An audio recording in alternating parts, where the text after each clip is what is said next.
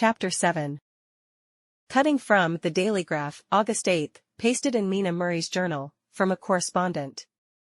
Whitby. One of the greatest and suddenest storms on record has just been experienced here, with results both strange and unique. The weather had been somewhat sultry, but not to any degree uncommon in the month of August. Saturday evening was as fine as was ever known, and the great body of holidaymakers laid out yesterday for visits to Mulgrave Woods, Robin Hood's Bay, Rig Mill, Runswick, Staithes, and the various trips in the neighborhood of Whitby. The steamers Emma and Scarborough made trips up and down the coast, and there was an unusual amount of tripping both to and from Whitby. The day was unusually fine till the afternoon, when some of the gossips who frequent the East Cliff churchyard, and from the commanding eminence watch the wide sweep of sea visible to the north and east, called attention to a sudden show of Mara's tails high in the sky to the northwest. The wind was then blowing from the southwest in the mild degree which in barometrical language is ranked number 2, light breeze. The Coast Guard on duty at once made report, and one old fisherman, who for more than half a century has kept watch on weather signs from the East Cliff, foretold in an emphatic manner the coming of a sudden storm. The approach of sunset was so very beautiful, so grand in its masses of splendidly colored clouds, that there was quite an assemblage on the walk along the cliff in the old churchyard to enjoy the beauty. Before the sun dipped below the black mass of Kettleness, standing boldly athwart the western sky, its downward way was marked by myriad clouds of every sunset color, flame, purple, pink, green, violet, and all the tints of gold, with here and there masses not large, but of seemingly absolute blackness, in all sorts of shapes, as well outlined as colossal silhouettes. The experience was not lost on the painters, and doubtless some of the sketches of the prelude to the great storm will grace the R.A.&R.I. walls in May next. More than one captain made up his mind then and there that his cobble or his mule, as they term the different classes of boats, would remain in the harbor till the storm had passed. The wind fell away entirely during the evening, and at midnight there was a dead calm, a sultry heat, and that prevailing intensity which, on the approach of thunder, affects persons of a sensitive nature. There were but few lights in sight at sea, for even the coasting steamers, which usually hugged the shore so closely, kept well to seaward, and but few fishing boats were in sight. The only sail noticeable was a foreign schooner with all sails set, which was seemingly going westwards. The foolhardiness or ignorance of her officers was a prolific theme for comment whilst she remained in sight, and efforts were made to signal her to reduce sail in the face of her danger. Before the night shut down, she was seen with sails idly flapping as she gently rolled on the undulating swell of the sea. As idle as a painted ship upon a painted ocean. Shortly before 10 o'clock, the stillness of the air grew quite oppressive, and the silence was so marked that the bleating of a sheep inland or the barking of a dog in the town was distinctly heard, and the band on the pier, with its lively French air, was like a discord in the great harmony of nature's silence. A little after midnight came a strange sound from over the sea, and high overhead the air began to carry a strange, faint, hollow booming. Then without warning the tempest broke. With a rapidity which, at the time, seemed incredible, and even afterwards is impossible to realize, the whole aspect of nature at once became convulsed. The waves rose in growing fury, each overtopping its fellow, till in a very few minutes the lately glassy sea was like a roaring and devouring monster. White-crest waves beat madly on the level sands and rushed up the shelving cliffs. Others broke over the piers, and with their spume swept the lanterns of the lighthouses which rise from the end of either pier of Whitby Harbour. The wind roared like thunder, and blew with such force that it was with difficulty that even strong men kept their feet, or clung with grim clasp to the iron stanchions. It was found necessary to clear the entire pier from the mass of onlookers, or else the fatalities of the night would have increased manifold. To add to the difficulties and dangers of the time, masses of sea fog came drifting inland. White, wet clouds, which swept by in ghostly fashion, so dank and damp and cold that it needed but little effort of imagination to think that the spirits of those lost at sea were touching their living brethren with the clammy hands of death, and many a one shuddered as the wreaths of sea mist swept by.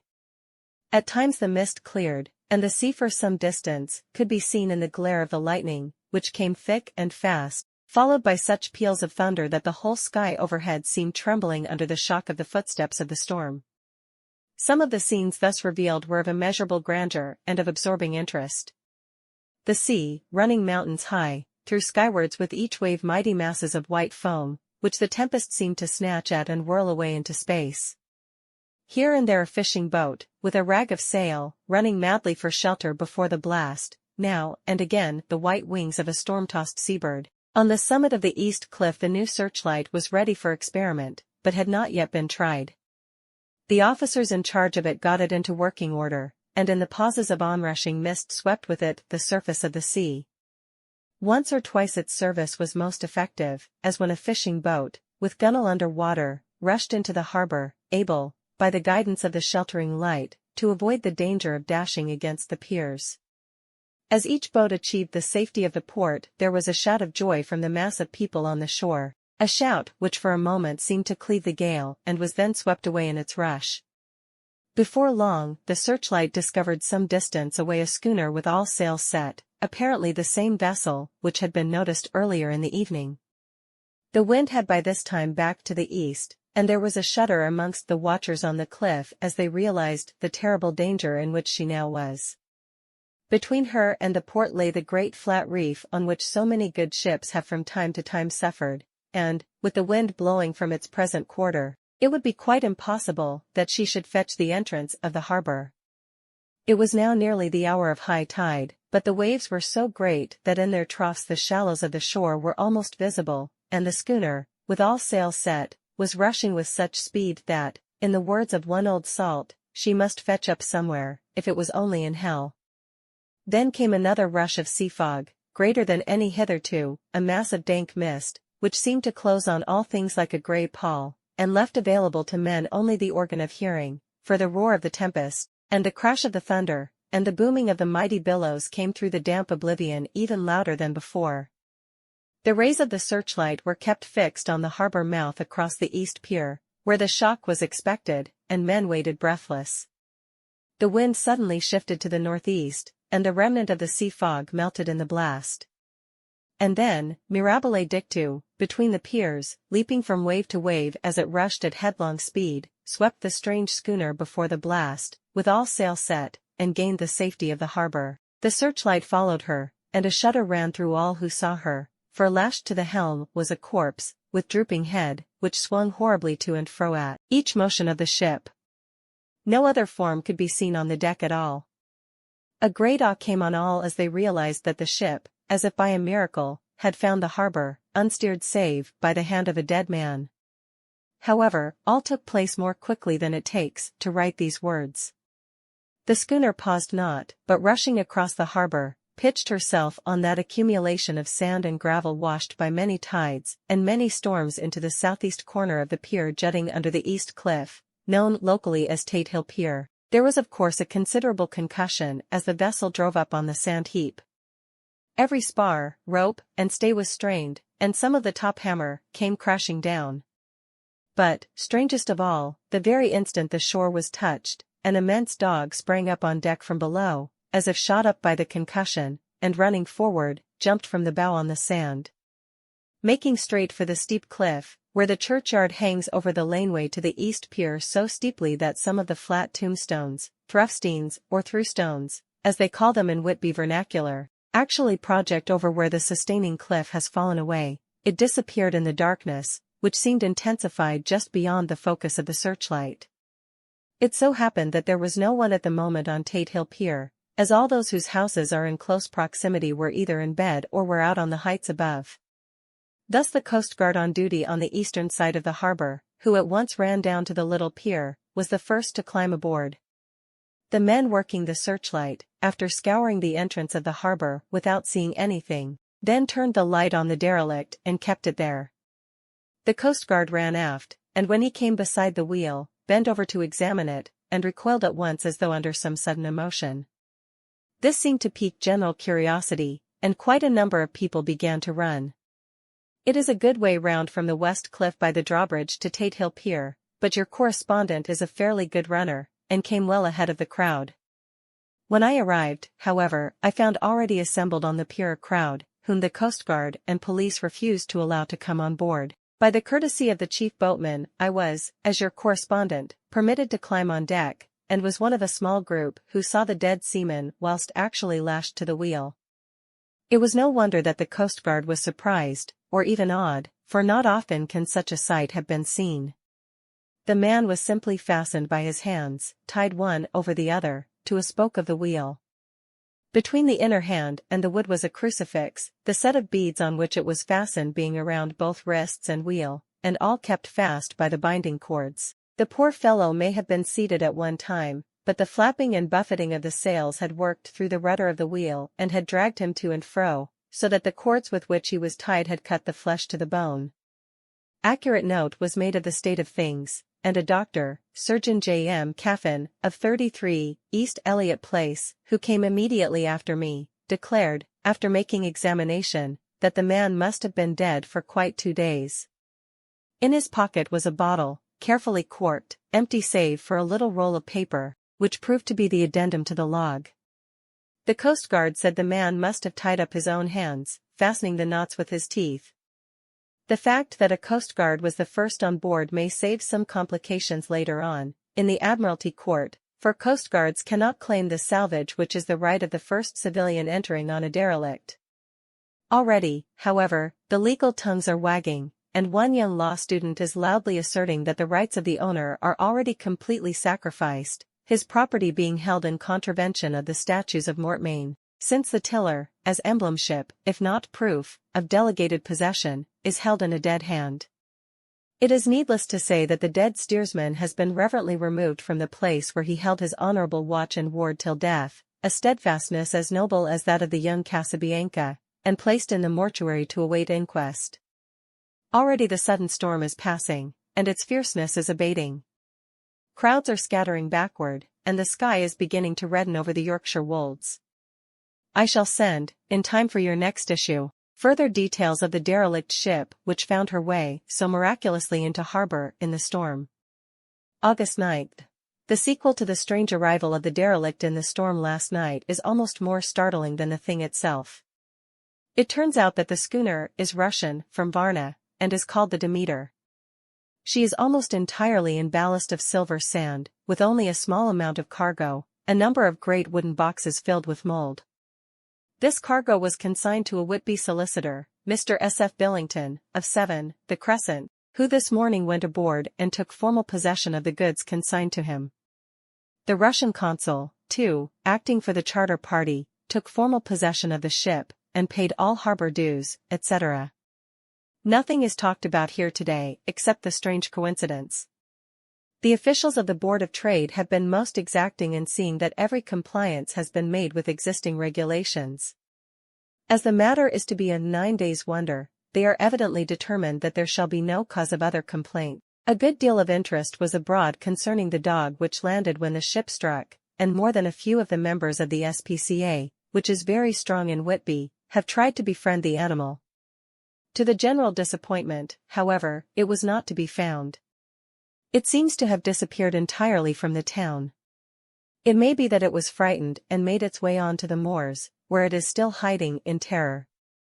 There are some who look with dread on such a possibility, lest later on it should in itself become a danger, for it is evidently a fierce brute. Early this morning a large dog, a half-bred mastiff, belonging to a coal merchant close to Tate Hill Pier, was found dead in the roadway opposite its master's yard.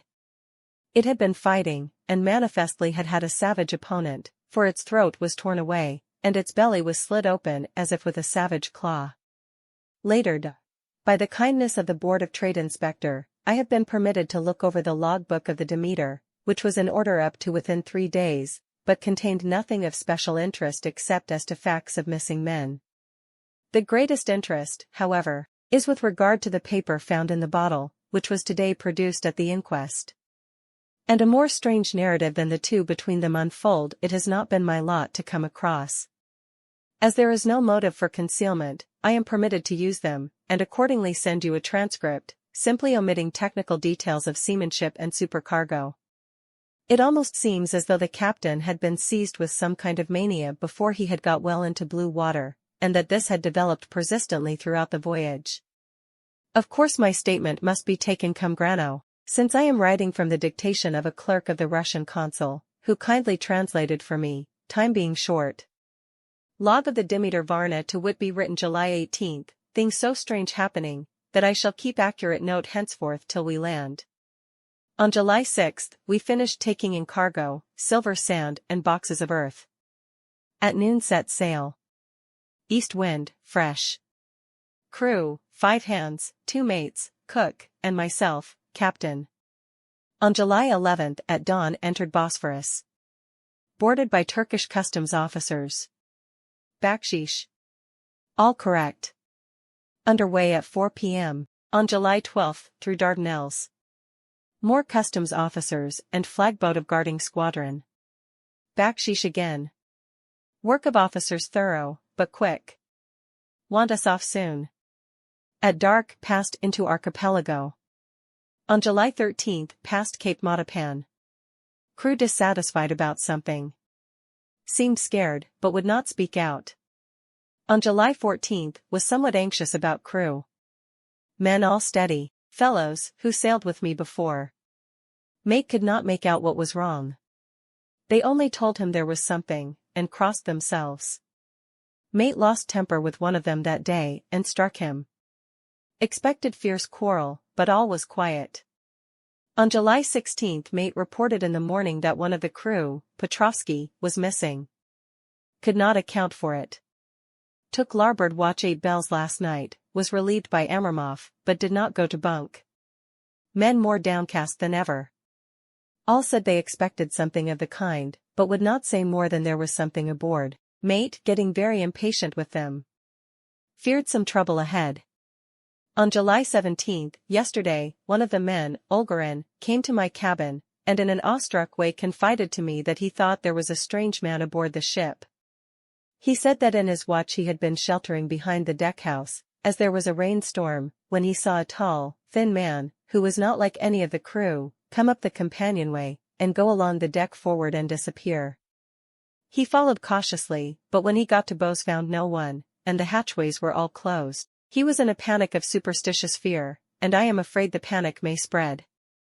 To allay it, I shall today search the entire ship carefully from stem to stern. Later in the day I got together the whole crew, and told them, as they evidently thought there was someone in the ship, we would search from stem to stern. First mate angry, said it was folly, and to yield to such foolish ideas would demoralize the men, said he would engage to keep them out of trouble with the handspike. I let him take the helm, while the rest began a thorough search, all keeping abreast, with lanterns. We left no corner unsearched. As there were only the big wooden boxes, there were no odd corners where a man could hide. Men much relieved when search over, and went back to work cheerfully. First mate scowled, but said nothing. July 22nd. Rough weather last 3 days, and all hands busy with sails, no time to be frightened. Men seem to have forgotten their dread. Mate cheerful again, and all on good terms. Praised men for work in bad weather. Past Gibraltar and out through straits. All well. July 24th. There seems some doom over this ship. Already a hand short, and entering the Bay of Biscay with wild weather ahead, and yet last night another man lost, disappeared. Like the first, he came off his watch and was not seen again. Men all in a panic of fear, sent around Robin, asking to have double watch, as they fear to be alone. Mate angry. Fear there will be some trouble, as either he or the men will do some violence. July 28th. 4 days in hell, knocking about in a sort of maelstrom, and the wind a tempest. No sleep for anyone. Men all worn out. Hardly know how to set a watch, since no one fit to go on. Second mate volunteered to steer and watch, and let men snatch a few hours' sleep. Wind abating, sea still terrific, but feel them less, as ship is steadier. July 29th. Another tragedy. Had single watch tonight, as crew too tired to double. When morning watch came on deck, could find no one except steersman. Raised outcry, and all came on deck. Thorough search, but no one found. Are now without second mate, and crew in a panic. Mate and I agreed to go armed henceforth and wait for any sign of cause. July 30th. last night. Rejoiced we are nearing England. Weather fine, all sails set. Retired worn out, slept soundly, awakened by mate telling me that both man of watch and steersman missing. Only self and mate and 2 hands left to work ship. August 1st, 2 days of fog, and not a sail sighted. Had hoped when in the English Channel to be able to signal for help or get in somewhere. Not having power to work sails, have to run before wind. Dare not lower, as could not raise them again. We seem to be drifting to some terrible doom. Mate now more demoralized than either of men. His stronger nature seems to have worked inwardly against himself. Men are beyond fear, working stolidly and patiently, with minds made up to worst. They are Russian, he Romanian. August 2nd, midnight. Woke up from few minutes sleep by hearing a cry, seemingly outside my port. Could see nothing in fog. Rushed on deck, and ran against mate.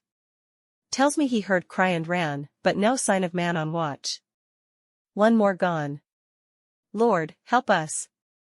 Mate says we must be past Straits of Dover, as in a moment of fog lifting he saw North Foreland, just as he heard the man cry out. If so we are now off in the North Sea, and only God can guide us in the fog, which seems to move with us, and God seems to have deserted us. August 3rd. At midnight I went to relieve the man at the wheel, and when I got to it found no one there. The wind was steady, and as we ran before it there was no yawing. I dared not leave it, so shouted for the mate. After a few seconds, he rushed up on deck in his flannels. He looked wild-eyed and haggard, and I greatly fear his reason has given way. He came close to me and whispered hoarsely, with his mouth to my ear, as though fearing the very air might hear. It is here. I know it now. On the watch last night I saw it, like a man, tall and thin, and ghastly pale. It was in the bows, and looking out. I crept behind it, and gave it my knife, but the knife went through it, empty as the air. And as he spoke he took the knife and drove it savagely into space. Then he went on, but it is here, and I'll find it. It is in the hold, perhaps in one of those boxes. I'll unscrew them one by one and see. You work the helm. And with a warning look and his finger on his lip, he went below.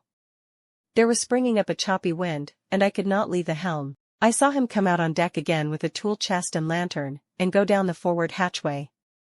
He is mad, stark, raving mad, and it's no use my trying to stop him. He can't hurt those big boxes, they are invoiced as clay, and to pull them about is as harmless a thing as he can do. So here I stay and mind the helm, and write these notes. I can only trust in God and wait till the fog clears. Then, if I can't steer to any harbor with the wind that is, I shall cut down sails, and lie by, and signal for help.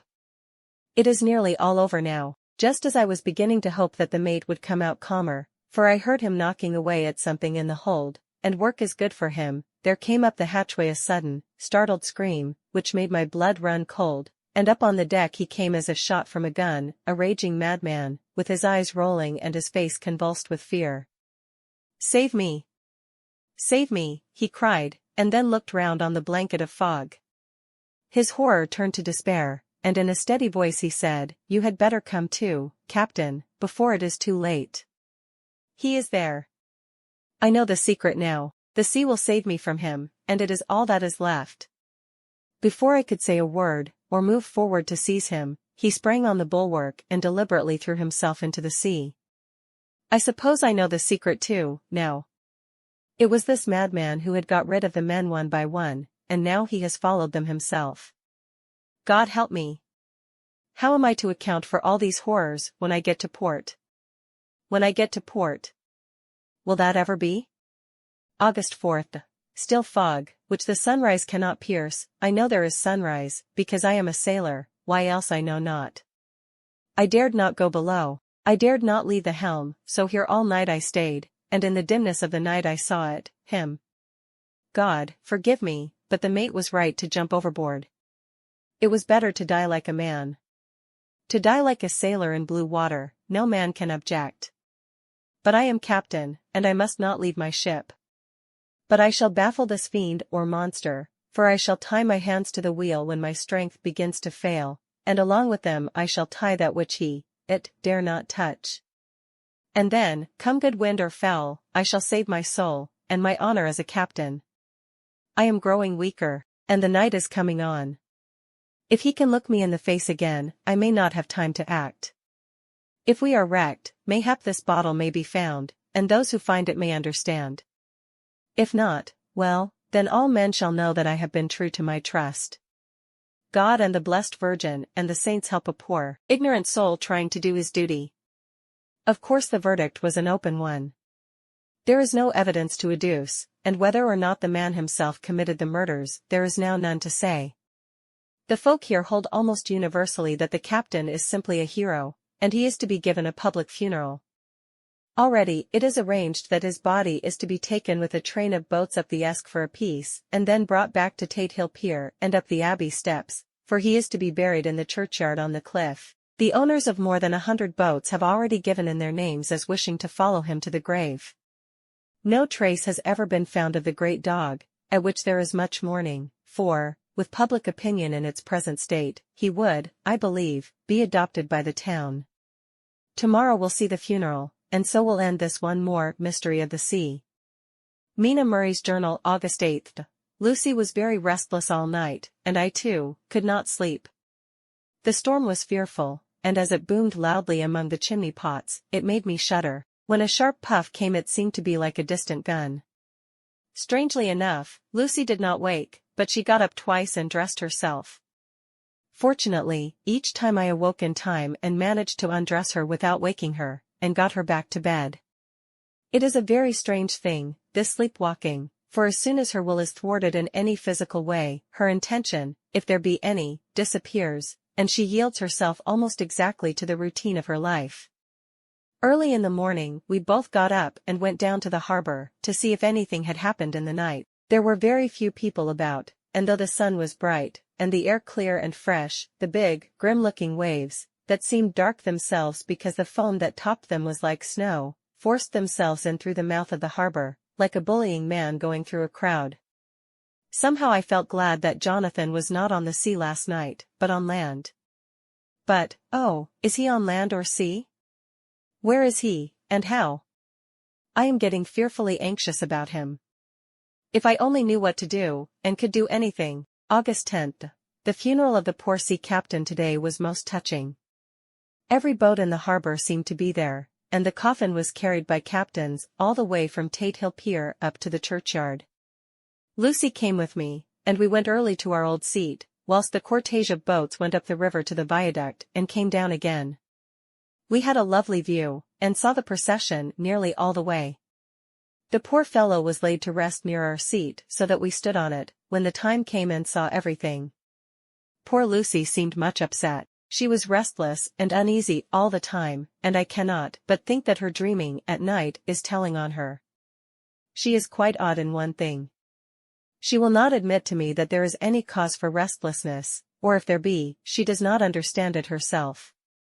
There is an additional cause in that poor Mr. Swales was found dead this morning on our seat, his neck being broken.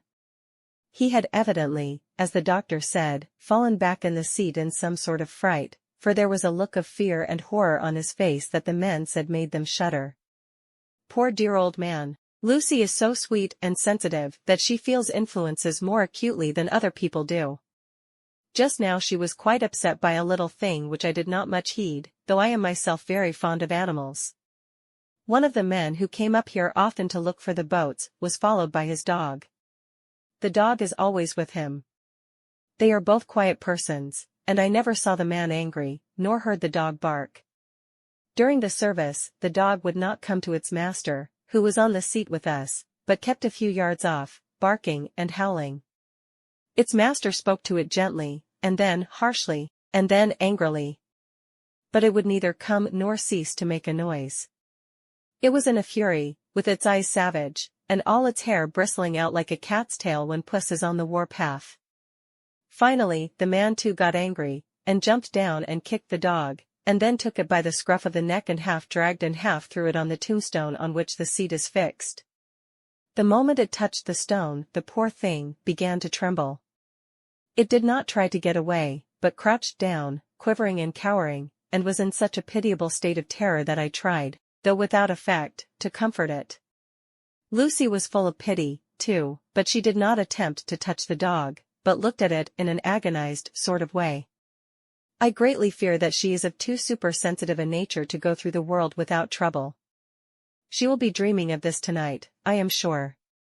The whole agglomeration of things, the ship steered into port by a dead man, his attitude, tied to the wheel with a crucifix and beads, the touching funeral, the dog, now furious and now in terror, will all afford material for her dreams. I think it will be best for her to go to bed tired out physically, so I shall take her for a long walk by the cliffs to Robin Hood's Bay and back. She ought not to have much inclination for sleepwalking then.